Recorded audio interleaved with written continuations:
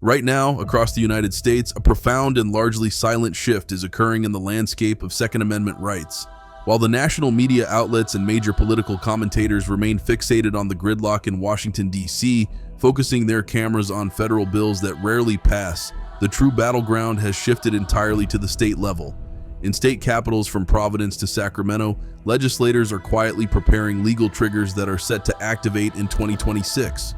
These are not merely adjustments to existing laws or minor zoning changes. They are fundamental rewrites of the legal code that could turn millions of currently law-abiding gun owners into felons overnight. The danger here is not a dramatic federal raid or a widely publicized confiscation order. The danger is bureaucracy. The danger is a shifting legal timeline that most people simply aren't watching. What is happening right now is a coordinated effort to utilize the calendar as a weapon. 7 states have deadlines approaching in the coming months that will fundamentally alter the definition of legal ownership. If you live in one of these jurisdictions, or even if you plan to travel through them, ignorance of these dates will not be a valid legal defense. The prosecutors enforcing these new statutes will not care that you didn't see the news report or that you thought your grandfathered status was secure. They will look strictly at the calendar and the statute. What I am about to share is the critical information that could be the difference between keeping your property legally, maintaining your clean record, or facing fines upwards of $10,000 and prison sentences as long as 10 years. Let's break down exactly what is coming, state by state, and examine the mechanics of how these laws are designed to catch the unsuspecting owner. Rhode Island has effectively declared war on the concept of legacy ownership with a bombshell legislative move. Starting July 1st, 2026, the state is implementing the full force of its Assault Weapons Ban Act. For years, gun owners in the Northeast have dealt with restrictive lists, but this law introduces a mechanism that is significantly more insidious than a simple sales ban. The law targets the standard array of AR-15S and AK pattern rifles, focusing on features like pistol grips, threaded barrels, and adjustable stocks. While they are stating that if you own one of these rifles before the July 2026 deadline, you can keep it, they are bearing the lead on what keeping it actually entails. They are creating a legal category effectively known as frozen assets. Under this new Rhode Island framework, the rifle you own becomes legally tethered to you and you alone until the day you die or surrender it. The most dangerous provision here is the complete prohibition on transfers. In the past, grandfathering usually meant that the item remained legal property that could be passed down to heirs or sold to other licensed owners. That is no longer the case. After July 1st, 2026, you can never sell that rifle to another private individual within the state. You cannot transfer it to your children or grandchildren in your will. Upon your death, the rifle becomes contraband unless surrendered to police or sold out of state. You essentially become the last legal custodian of that firearm. Furthermore, the restrictions on possession are tightening to the point where handing your rifle to a friend at a shooting range for them to try out could technically be construed as an illegal transfer of a prohibited weapon. Violating these transfer protocols isn't a misdemeanor slap on the wrist. It is a felony carrying up to 10 years in prison. They are counting on owners to make a casual mistake, a sale to a buddy, a loan to a family member, and then prosecuting that mistake to the fullest extent of the law. Moving west, Colorado is adopting a strategy that is less about banning items outright and more about making the process of ownership so cumbersome that the culture simply dies out. Starting August 1st, 2026, the state is rolling out the firearm safety eligibility requirement. The language here is carefully chosen to sound benign. Who could argue against safety or eligibility? But in practice, this is a soft prohibition. They aren't explicitly banning semi-automatic rifles with detachable magazines. They are just adding a massive, expensive, and time-consuming gate that stands between you and your rights. To purchase any such rifle after the August deadline, you will need to present a state-issued permit card.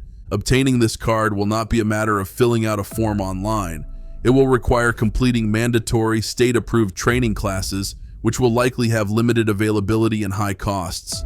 It will require submitting to additional background checks that go beyond the federal NICS system, and crucially, it will require placing your name on a specific state roster of eligible rifle owners. This creates a de facto registry. The strategic intent here is to suffocate the market. Legislators know that the average casual gun buyer, someone looking for a rifle for home defense or occasional target shooting, will likely look at the hundreds of dollars in fees, the weekends lost to training classes, and the invasion of privacy, and simply decide it isn't worth it As demand plummets, gun stores will stop stocking these rifles because they sit on shelves for months waiting for a buyer with the proper card. It said in part that gun regulations must be consistent with the historical tradition of firearms regulations in the U.S. There's a myriad of things that can tie you up legally, financially, put you in jail, or maybe get you in very serious trouble with the police. It's not the gun owner, it's not the pistol permit holders, it's the criminals that are causing the violence and the gun problem. The weapons unto themselves, they're not the problem. The problem is, what are you doing with the weapons? 50 states, all of our territories, everything that's going on. There is no uniform firearm laws across this country. This is how they achieve a ban without ever passing a ban. They destroy the commercial viability of the firearm, causing it to disappear from the state naturally. California, always at the vanguard of restrictive laws, is playing a much longer and more technical game with Assembly Bill 1127 taking effect July 1st. This legislation ostensibly targets handguns, specifically banning semi-automatic machine gun convertible pistols. At face value, this seems to target devices like Glock switches, which are already federally illegal. However, the statutory language they are using is terrifyingly broad and sets a dangerous precedent for all firearms. The law doesn't just ban guns that have been modified, it bans guns that have the design potential to be modified. They are criminalizing the engineering capability of the firearm. This logic flips the burden of legality on its head. Currently, a firearm is legal unless it has illegal features. Under AB 1127, a firearm can be deemed illegal if a criminal could theoretically modify it to function automatically.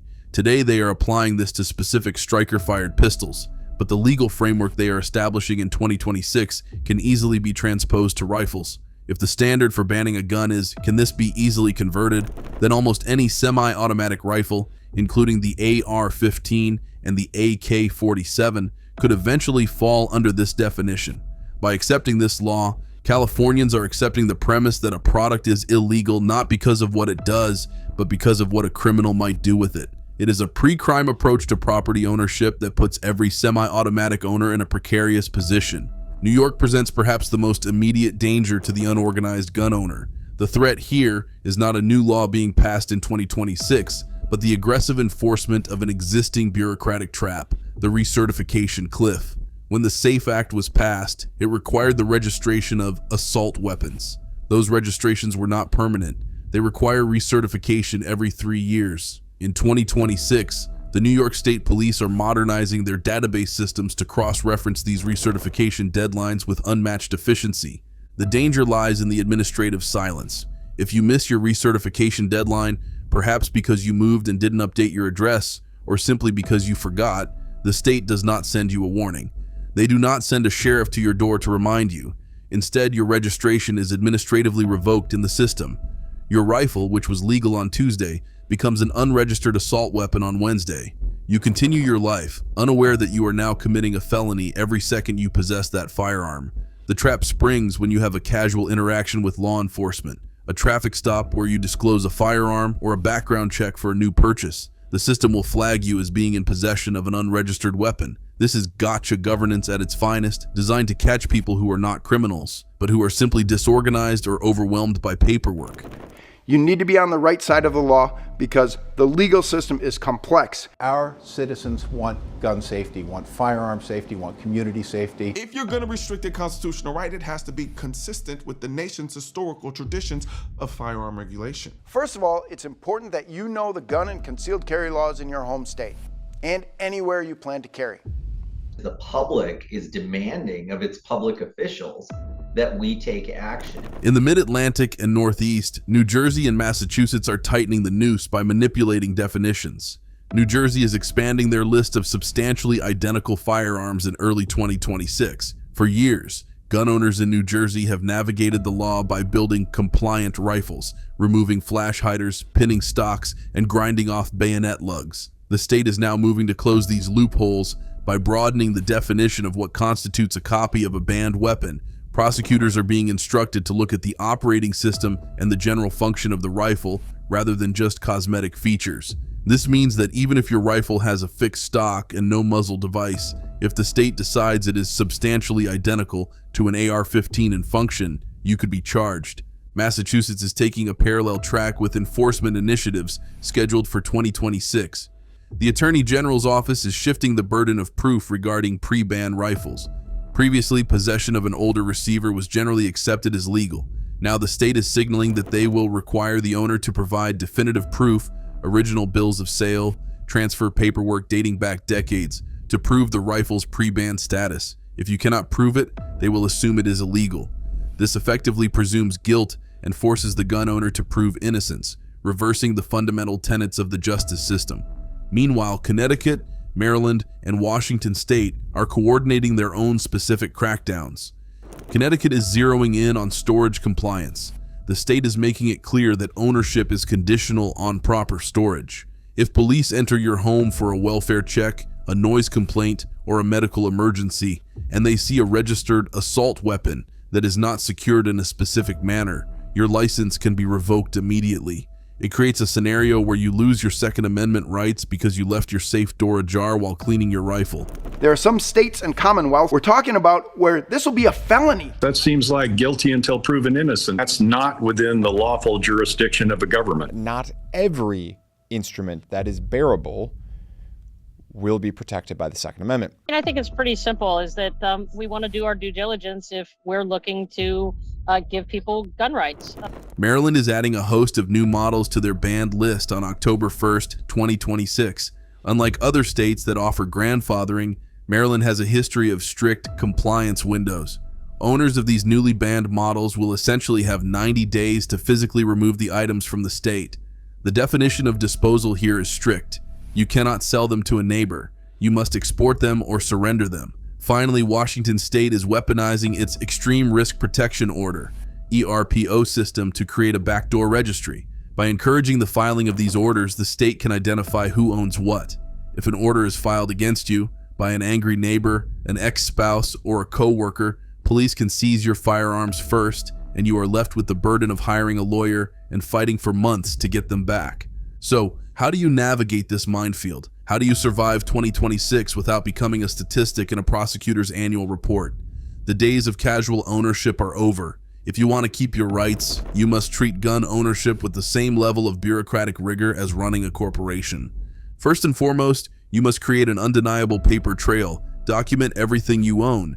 Dig up the original receipts, the transfer forms, and the dates of purchase. Take high-resolution photos of your firearms, specifically focusing on serial numbers and distinguishing features. If you have modified a rifle to be compliant, for example, by pinning a stock, take photos of the work and keep receipts from the gunsmith who did it.